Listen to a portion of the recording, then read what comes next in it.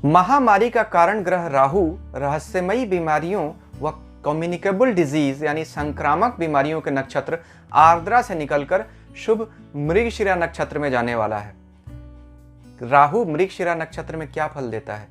क्या यह corona virus के अंत की शुरुआत है? आज इस वीडियो में हम देखेंगे।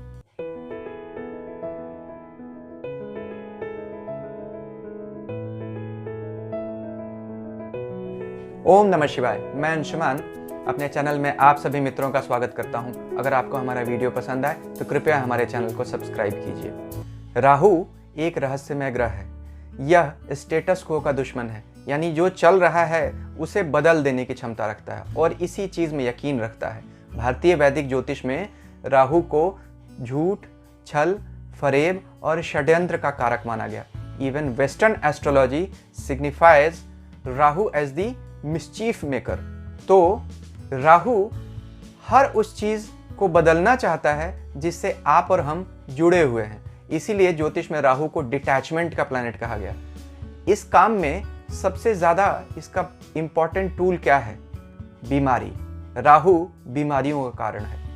यह अपने गुरु शनि की तरह ही बीमारियां लाता है और रहस्यमय बीमारियां लाता है। शनि भी बीमारियों और डिटैचमेंट का कारक है, यानी शनि हमें दुख देता है। भारतीय वैदिक ज्योतिष में राहु, केतु और शनि को डिटैचमेंट का प्लैनेट कहा गया, सेपरेटिव प्लैनेट कहा गया।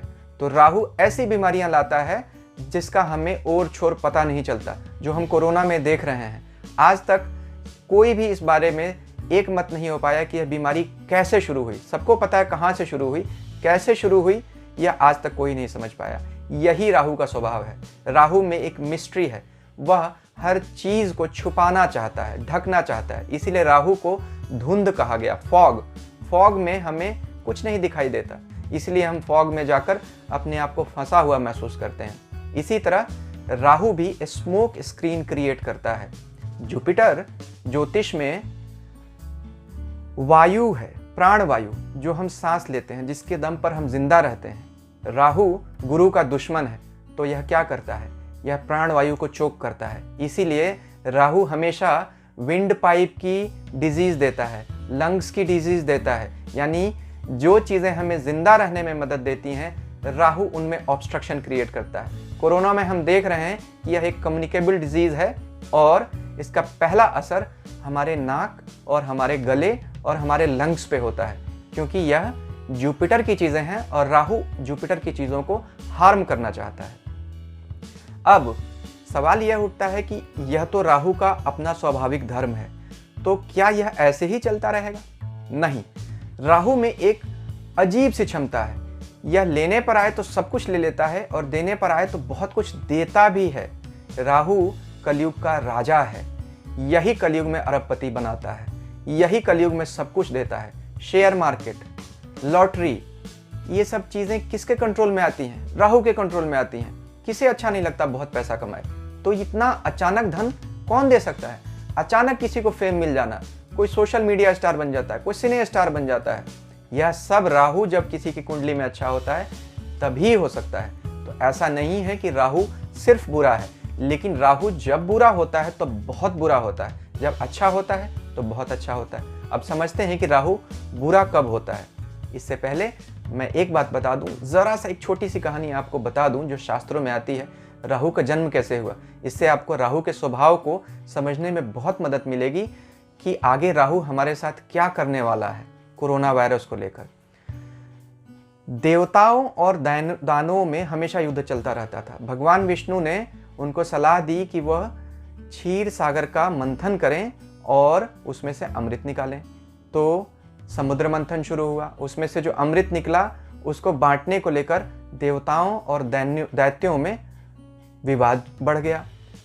भगवान विष्णु ने मोहिनी का स्वरूप लिया और देवताओं और दैत्यों दोनों को कहा कि आप दोनों अलग अलग बैठ जाओ, मैं सबको बारी बारी से बंटवारा देकर अमृत पिला दूंगी। दैत्य भी मोहिनी की बात में आ गए और देवता तो जानते ही थे कि मोहिनी भगवान विष्णु स्वयं है, तो सब आराम से शांतिपूर्वक बैठ गए।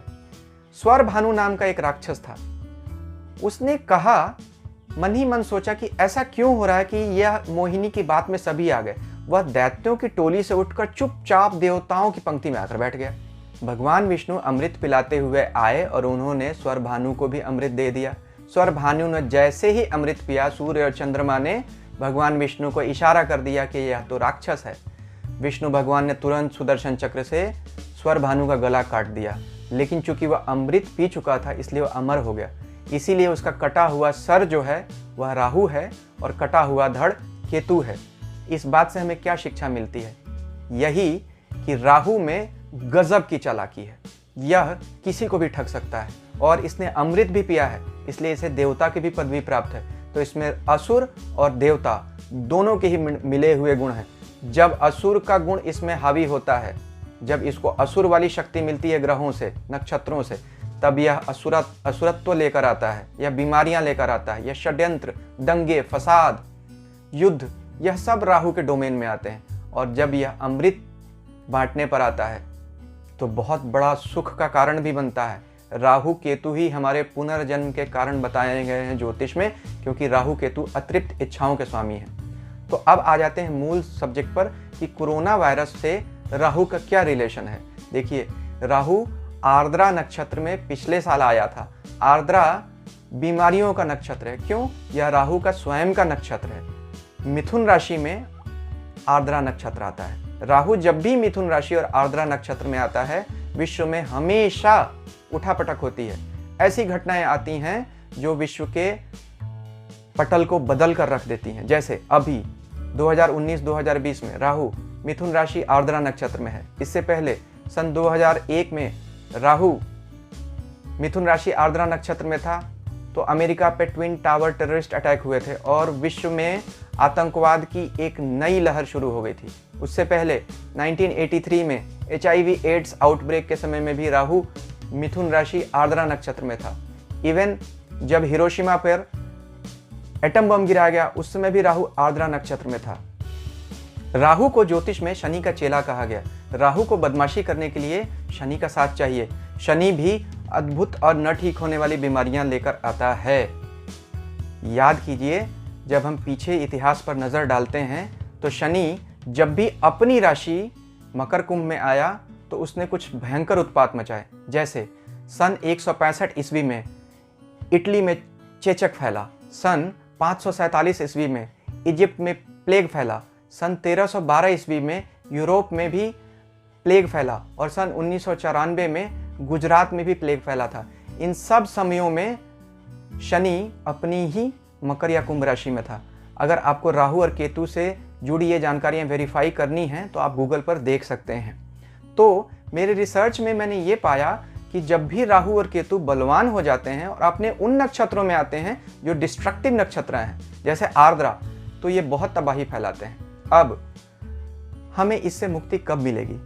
तो हमें इससे मुक्ति जल्दी ही मिलने वाली है, क्योंकि इस साल 20 मई 2020 को राहु महाराज अपना नक्षत्र परिवर्तन करने वाले हैं, यानी आर्द्रा से मृगशिरा में जाने वाले हैं। मृगशिरा नक्षत्र कैसा है? मृगशिरा का स्वामी मंगल है और इसके देवता चंद्रमा है। मृगशिरा यानी मृग का सर। ग्रह जिन नक्षत्रों में बैठे होते हैं उन्हीं के हिसाब से फल देते हैं। हम ज्यादातर राशियों की चिंता करते हैं, बट असल में राशियों से ज्यादा ग्रह नक्षत्रों का फल देते हैं। नक्षत्र 27 हैं जो अश्विनी से शुरू होते हैं। अश्विनी, भरणी, कृतिका, रोहिणी, मृगशिरा, आर्द्रा, पुनर्वसु, पुष्य, आश्लेषा, मघा लेकर 27 नक्षत्र हैं। अब राहु जो है वो हमेशा उल्टी दिशा में चलता है। इसकी गति रेट्रोग्रेड होती है, यानी वक्री। यही दिखाता है कि राहु हमेशा ही समाज से उल्टा चलता है। यह विधर्मी है, इसीलिए इसको आउटकास्ट भी कहा गया। अब अगर राहु अभी आर्द्रा में है तो अब कहाँ जाएगा? यह पीछे आता है, तो आर्द्रा से पहले वाली नक्षत्र जो होता है वो मृगशिरा होता है, तो ये मृगशिरा में आएगा। मृगशिरा एक बहुत ही अच्छा नक्षत्र है। यह चंद्रमा का नक्षत्र है, यह शुभ नक्षत्र है, रीजेनरेशन का नक्षत्र है।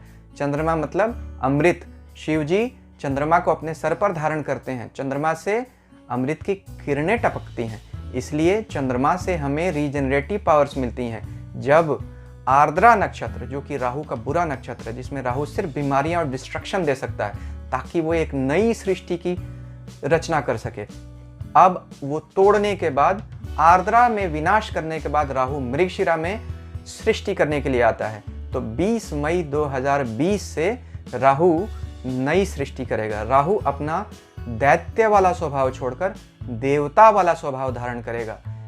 22 जुलाई से 23 सितंबर तक यह मृगशिरा नक्षत्र के कन्या नवांश में होगा। कन्या बुध की राशि है, जिसका सिंबल एक लड़की है जो हाथ में धान की बालियां ली हुई है, यानी कि यह पृथ्वी तत्व की राशि है जो प्रोडक्शन को दिखाती है।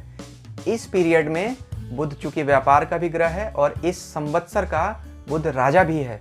इस विषय पर मैंने एक दूसरा वीडियो बनाया है, उसे मेरे चैनल पर ज़रूर देख लीजिए। इस साल में क्या घटनाएं प्रमुख होंगी उसमें मैंने बताया है। तो बुध इस संवत्सर का राजा है। राजा के नवांश में जब राहु आएगा और राहु बुध का मित्र भी है तो अच्छी घटनाएं होंगी। उस समय रीजनरेशन होगा, यानी कि काम धंधे में हमें प्रोडक्शन में बढ़ोतरी देखने को मिलेगी। 22 जुलाई से 23 सितंबर तक। 23 सितंबर से 25 नवंबर तक राहु मृगशिरा नक्षत्र के तुला नवांश में होगा। तुला शुक्र की राशि है।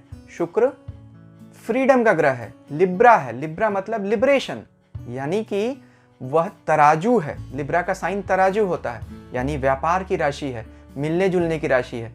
तभी जाकर सोसाइटी पूरी तरह से लॉकडाउन से फ्री हो पाएगी 23 सितंबर के बाद ही, और लोग खुलकर एक दूसरे से मिलजुल सकेंगे और पहले की तरह अपनी लाइफ को एंजॉय कर सकेंगे। 25 नवंबर से 27 जनवरी 2021 तक राहु मृगशिरा नक्षत्र के वृश्चिक नवांश में होगा। वृश्चिक मंगल की राशि है जो एनिमल स्पिरिट को दिखाती है। यह काम में धुन को दिखाती है, लगन को दिखाती है। तो मृगशिरा नक्षत्र का स्वामी भी मंगल और नवांश स्वामी भी मंगल, और उस समय राहु अपनी उच्च वृष राशि में होगा। यही समय होगा जब दुनिया की एनिमल स्पिरिट आउट होगी, जब हम काम करेंगे, हम दौड़कर काम करेंगे और पूरी दुनिया की अर्थव्यवस्था फिर से बहुत तेजी से पटरी पे आएगी। 25 नवंबर से 27 जनवरी का समय होगा जब हम अपनी लाइफ को प्री कोरोना वायरस टाइम में ही वापस जाता हुआ देखेंगे। लेकिन राहु हमेशा एक सलाह देकर हमें जाता है, हमें आईना दिखाकर जाता है। इसीलिए राहु पहले डिस्ट्रक्शन करता है, फिर कंस्ट्रक्शन करता है। वो हमें बताता है कि हम कौन सी आदतें हमें छोड़नी चाहिए। वो हमें आईना भी दिखाने आता है। तो कृपया जब भी हम दौड़ें, हम ज़रूर इस बात का ध्यान रखें कि हमने अपनी दौड़ में कितनी सारी चीज़ों का विनाश किया, प्रकृति के साथ कितना खिलवाड़ किया। तो उम्मीद है आपको आज का वीडियो पसंद आया होगा। अगले वीडियो में फिर किसी इंटरेस्टिंग टॉपिक के साथ मिलते हैं। हमारा चैनल ज़रूर सब्सक्राइब करें। ईश्वर हम सब का कल्याण करें। शांति हो।